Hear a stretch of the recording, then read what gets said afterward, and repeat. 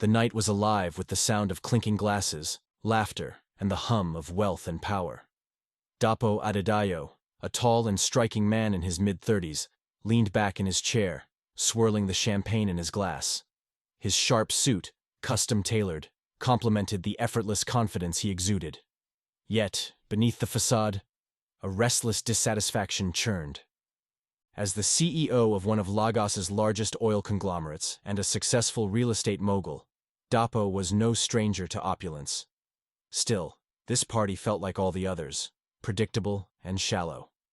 Around him, celebrities, socialites, and business tycoons paraded in their designer outfits, each competing to outshine the other.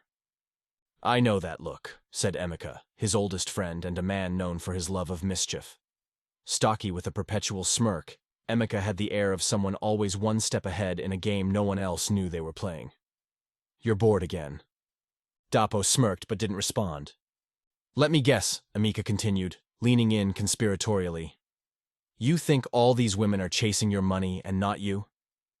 Dapo's eyes scanned the room, landing briefly on a group of women laughing a little too loudly. "Can you blame me? It's always the same. They don't want me. They want what I can give them."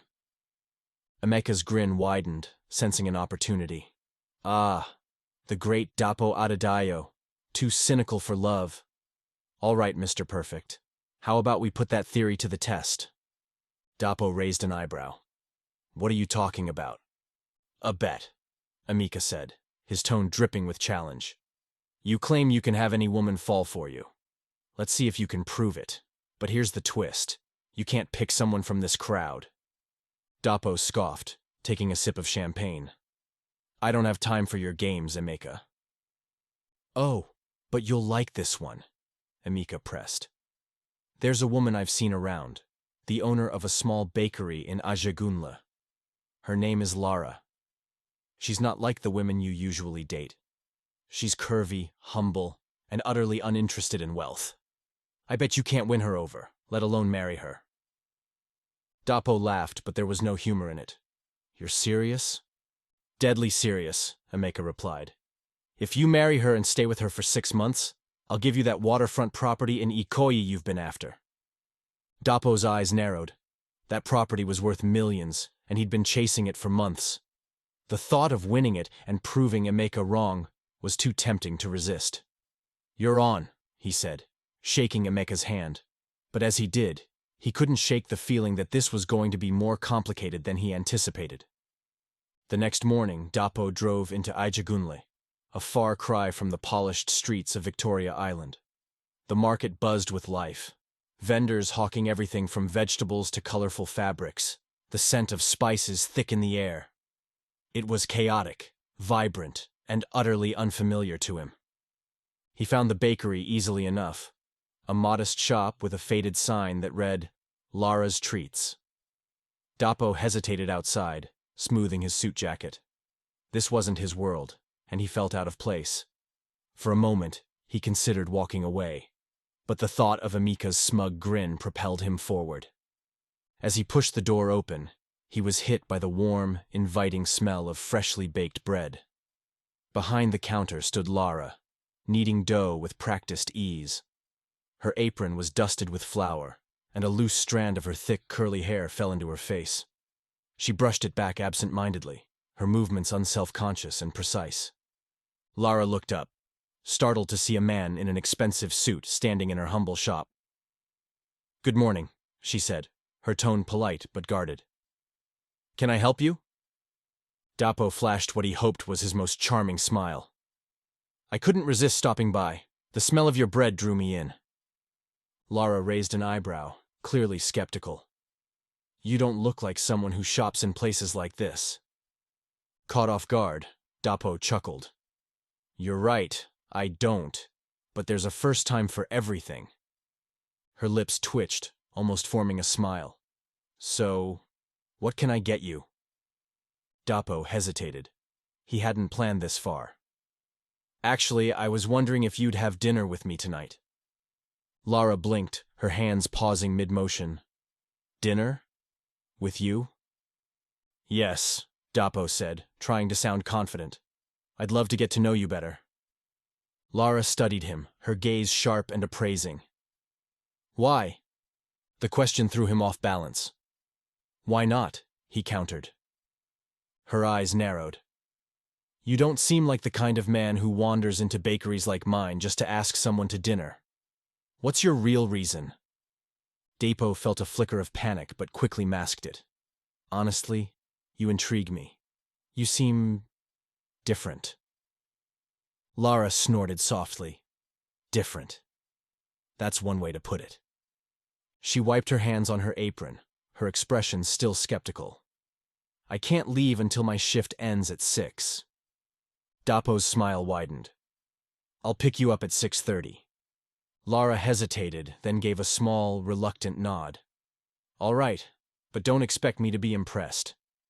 As Dapo left the bakery, he felt an unfamiliar mix of triumph and unease. This wasn't going to be as easy as he thought. At precisely 6:30, Dapo arrived in his sleek black car. Lara stepped out of the bakery, her hair now cascading in loose curls and wearing a simple floral dress. She looked nothing like the women he usually dated. No designer labels, no heavy makeup. Yet there was a quiet beauty about her that took him by surprise. The drive to the restaurant was awkwardly silent. Dapo, usually so smooth and confident, found himself fumbling for words.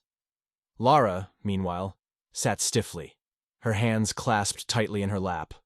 When they arrived at the upscale restaurant, Lara's discomfort was palpable. The white tablecloths, crystal glasses, and waiters in tuxedos were a stark contrast to the warmth of her bakery. This place is something, she said, her voice carefully neutral. Dapo leaned in, trying to put her at ease. Don't worry about anything tonight, just enjoy. But Lara wasn't impressed. It's not about the money, she said quietly. I'm just not used to all this. It feels excessive. For a moment, Dapo didn't know what to say. The women he usually dated would have been thrilled to post photos of their meal on Instagram. But Lara was different, grounded, unpretentious. And it unnerved him. As the evening went on, the conversation began to flow. Lara talked about her bakery, her struggles to keep it running, and her dreams of expanding one day. Her passion shone through, and for the first time in a long while, Dapo found himself genuinely listening. You've built something incredible, he said, surprising even himself with the sincerity in his voice. Starting from nothing and making it work, it's impressive. Lara looked at him, her expression softening slightly. Most people don't see it that way. They see my size or where I'm from and judge me before they even know me. A pang of guilt shot through Dapo. He had done exactly that. This had started as a game, a way to win a bet. But now, sitting across from Lara, he couldn't deny that there was something real about her, something he hadn't expected. As he dropped her off that night, Dapo felt a strange sense of unease. This wasn't just a bet anymore. Lara was different, and that scared him. Are you already hooked to the channel? If you love heartfelt, dramatic stories like this one, don't forget to subscribe and hit the like button. Your support keeps us going and helps us bring you more amazing tales. In the days that followed, Dapo began visiting Lara's bakery almost daily. Each visit came with an excuse, checking on her business, bringing her flowers, or offering small gestures of help. At first, Lara was suspicious. Why would a wealthy man like Dapo suddenly take such an interest in her? I don't get it, she said one afternoon, brushing flour from her apron as she handed him a loaf of bread he didn't need. What's a man in a tailored suit doing loitering in a bakery like this? Dapo chuckled. Maybe I've developed a love for freshly baked bread. Lara didn't buy it. You've never once eaten anything you've bought here. Caught off guard, Dapo fumbled for words, eventually shrugging. Maybe it's not about the bread. Lara sighed, a mix of frustration and reluctant amusement in her eyes. You're strange, Dapo Adedayo, but I'll give you credit. You're persistent. Over time, her walls began to crack. Dapo, unused to having to earn anyone's affection, found himself genuinely invested. Lara's stories of her struggles, losing her father, fending off creditors to keep the bakery afloat, and dealing with cruel judgment about her appearance, hit something in him he didn't expect. One evening, as they walked through the crowded streets of Ajagunle, Lara paused by a street vendor selling roasted corn. She bought one for herself, offering him a piece. "You look like someone who's never eaten this," she teased. "I haven't," Dapo admitted. "Try it," she urged, breaking off a piece and handing it to him. As he bit into the smoky, charred corn, he found himself laughing at how out of place he felt. "This is good," he said, surprised. "You're full of surprises," Lara said, her voice softer now. "I didn't think you'd even touch it." For the first time in a long while, Dapo felt happy. Not the fleeting satisfaction of a business deal or the empty thrill of a lavish party, but real, grounding happiness. Weeks turned into months, and Dapo realized he was in deep. What had started as a game had transformed into something entirely different. Lara's warmth, strength, and authenticity had broken through the cynical armor he'd built around himself. He couldn't imagine his life without her, but the guilt of the bet loomed over him like a shadow. One evening, Dapo decided he couldn't wait any longer. He picked Lara up from the bakery, dressed not in his usual designer suits, but in simple jeans and a shirt. "Where are we going?" Lara asked as he led her to a quiet park on the outskirts of the city. "You'll see," Dapo said, his hands sweating despite his usual confidence. They arrived at a clearing where a small table was set under twinkling string lights. It was nothing extravagant, just enough to create an intimate atmosphere. As they sat, Dapo listened as Lara talked about her dreams of expanding her bakery and helping other young women learn the craft. Her passion made his heart ache with admiration. Finally, he reached across the table and took her hand. "Lara," he began, his voice trembling slightly, "you've changed my life in ways I never thought possible. You've shown me what's real, what matters. I don't want to live a single day without you." Lara froze, her eyes wide as Dapo got down on one knee and pulled out a small, elegant ring. "Will you marry me?" Lara stared at him, her lips trembling. "Dapo, are you sure?" "I've never been more sure of anything," he said, his voice firm despite the fear gnawing at him. Tears filled Lara's eyes as she whispered, "Yes." But even as Dapo slipped the ring onto her finger, guilt clawed at his chest. He knew he wasn't telling her the whole truth, and it terrified him. The wedding was small and intimate, just as Lara had wanted. Her mother, siblings, and a few close friends attended, along with Dapo's business associates and family. Despite the simplicity, it was a beautiful ceremony, and for a brief moment, Dapo allowed himself to believe they could truly be happy. But secrets have a way of surfacing. 3 months into their marriage, Lara and Dapo attended a party hosted by one of his business partners. The room buzzed with laughter and clinking glasses, but Dapo felt on edge. Emeka, who had been drinking heavily, seemed unusually animated. "You know," Emeka slurred loudly as he leaned against Dapo, "I never thought you'd actually go through with it, Dapo." "Go through with what?" Lara asked, approaching them with a curious smile. Dapo froze, his blood running cold. "It's nothing," he said quickly, trying to steer Emeka away. But Emeka, oblivious to the tension, grinned. "The bet, of course. I mean, it's hilarious, isn't it? A guy like Dapo marrying someone like—" "Stop!" Dapo hissed, his voice sharp enough to cut through the chatter. But it was too late. Lara's face had gone pale, her smile dropping as the pieces fell into place. "What bet?" she whispered, her voice trembling. "Lara, it's not what you think," Dapo began, reaching for her. But she stepped back, shaking her head. "No, tell me the truth." Dapo's shoulders slumped. "It started as a bet," he admitted, his voice barely above a whisper. "But it's not like that anymore. I love you, Lara. I swear I do." Lara's eyes filled with tears, but her expression was cold. "You made a bet. About me." "Lara, please." She didn't let him finish. Turning on her heel, she fled the party, leaving Dapo standing in the middle of the crowded room, his world crumbling around him. That night, Lara packed her bags and left their home.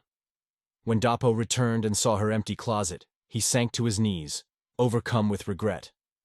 Days turned into weeks, and no matter how many times he called, texted, or showed up at her bakery, Lara refused to see him.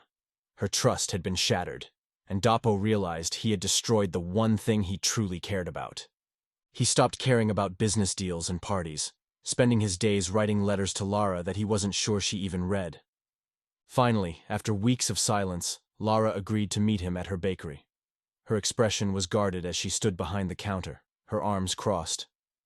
"I don't know if I can ever forgive you," she said quietly, her voice thick with emotion. "You humiliated me. You made me a joke." Dapo knelt before her, tears in his eyes. "I was a fool, Lara.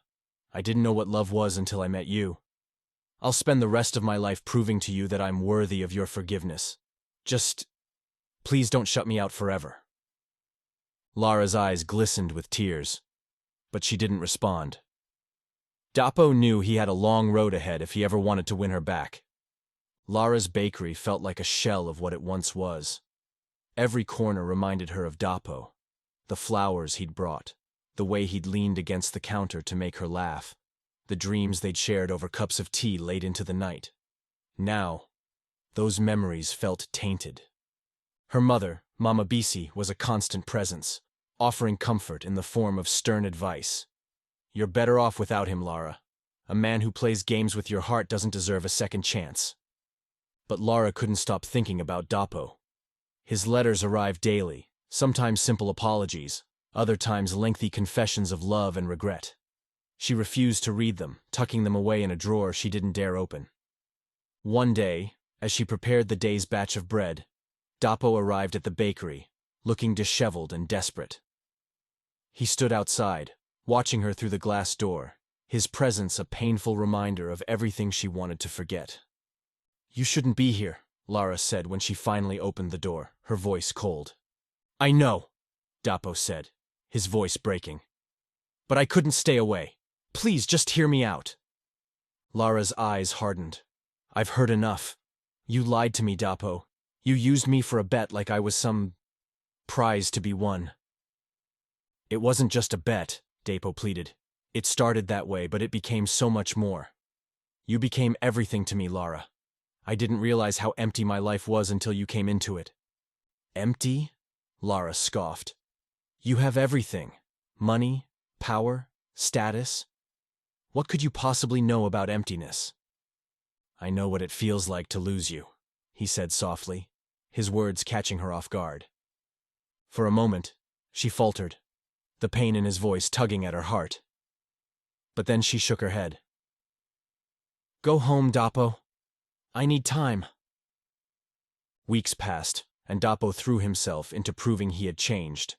He began volunteering at local community projects, using his wealth and influence to fund small businesses in Ajagunle. It wasn't enough to show Lara he was serious.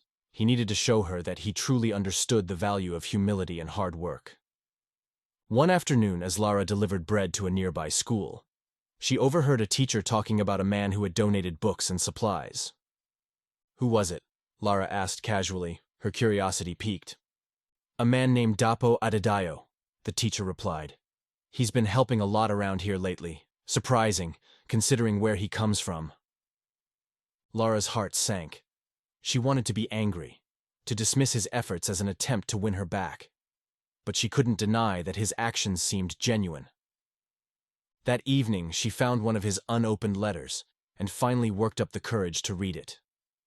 "Lara, I know I've hurt you in ways I may never be able to repair, but I refuse to give up. You've shown me what it means to live with purpose, to care about something beyond myself. Everything I'm doing now, it's because of you. Even if you never forgive me, I'll spend my life trying to be the man you believed I could be. Dapo." Tears blurred the words as Lara folded the letter and placed it back in the drawer. It was nearly 2 months after the fallout when Lara finally agreed to meet Dapo again. They sat across from each other in her bakery, the air between them heavy with unspoken words. "I've seen what you've been doing," Lara began, her voice steady but guarded. "The donations, the work in the community. Why now?" Dapo leaned forward, his expression earnest. Because you made me see what I'd been missing. I used to think success was about money and power, but you showed me it's about the lives you touch. I don't want to be the man I was before, Lara. Not without you. Lara studied him, searching his face for any sign of deceit. You hurt me, Dapo. More than I thought was possible. How do I know you won't do it again?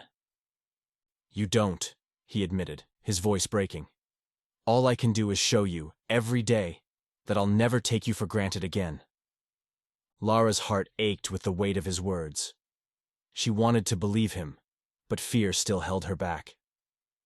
If I give you another chance, it won't be easy. I'll need time to rebuild what you broke.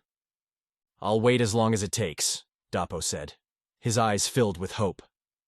I'll do whatever it takes. Their journey back to each other was slow and cautious. Dapo continued his work in the community, often helping Lara with her bakery deliveries and even learning how to bake, a skill that led to many comical disasters and moments of unexpected laughter. One evening, as they stood side by side in the bakery, Lara turned to him with a hesitant smile. I think I'm ready to try again. Dapo froze, his heart pounding. Are you sure?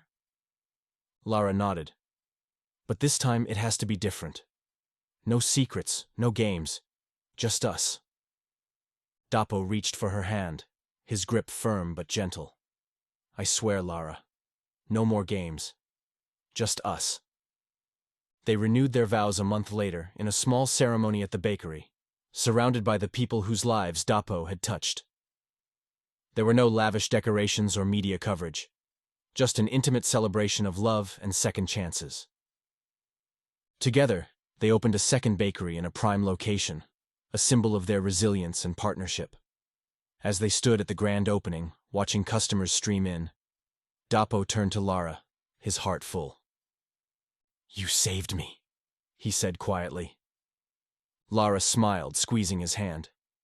And you saved me. For the first time, their love felt unshakable, a bond forged not in perfection, but in the trials they had endured together. The bakery was alive with laughter, the scent of fresh bread mingling with the hum of conversation. Lara and Dapo stood side by side behind the counter, watching as customers browsed through the rows of neatly arranged pastries and loaves. This was their second bakery, Lara's dream realized, and a testament to their hard-fought journey. The path to this moment hadn't been smooth. Trust, once broken, didn't heal overnight. But Dapo had stayed true to his word, proving himself day by day. He didn't just support Lara's business.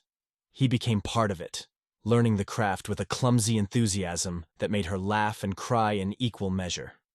One morning, a regular customer, an elderly man named Baba Kunle, leaned over the counter and smiled at Lara. You've done something amazing here, my dear. And that husband of yours, he's a keeper. The way he talks about you when you're not around, it makes an old man's heart happy. Lara glanced at Dapo, who was helping a child choose between two cupcakes. The sight of him, so different from the man she'd first met, filled her with a quiet pride. He had truly changed, and their life together was better for it. But even as the bakery flourished, Lara couldn't help but feel the lingering weight of their past. She knew their story had been built on shaky foundations, and sometimes she wondered if those cracks would ever fully mend. One afternoon, Dapo received a call from his old business associate, Emeka. It had been months since their last contact, and Dapo had intentionally kept his distance. But Emeka's voice was urgent. Dapo, I need your help. It's a business deal, big money, prime real estate, just like the old days. Dapo hesitated. The idea of stepping back into his old world felt like stepping into a trap. I'm not interested, Emeka. That's not my life anymore. You're seriously going to pass up millions? Come on, Dapo. Don't tell me you're still running that bakery like some small-town husband. Dapo's grip tightened on the phone. I'm exactly where I want to be, Emeka, and I don't need your money. He hung up, feeling a surge of anger and resolve. He wouldn't let anything or anyone drag him back into the life he'd left behind. Later that evening, As he and Lara closed up the bakery, he told her about the call. Her expression was unreadable as she set down a tray of empty coffee cups. "And?" she asked quietly. "And I said no," Dapo replied. "Because I've already got everything I need right here." Lara's eyes softened, and for the first time in months, she reached for his hand. "I believe you," she said, her voice steady. "And I'm proud of you." In that moment, the final remnants of doubt dissolved. Their love, though tested and scarred, had emerged stronger than ever. Months turned into years, and the bakery became a hub of the community, a place where people came not just for bread, but for connection and inspiration. Lara and Dapo worked together to expand their business, mentoring young entrepreneurs and donating a portion of their profits to local schools. One evening, as they locked up the bakery, Dapo turned to Lara. "Do you ever think about how far we've come?"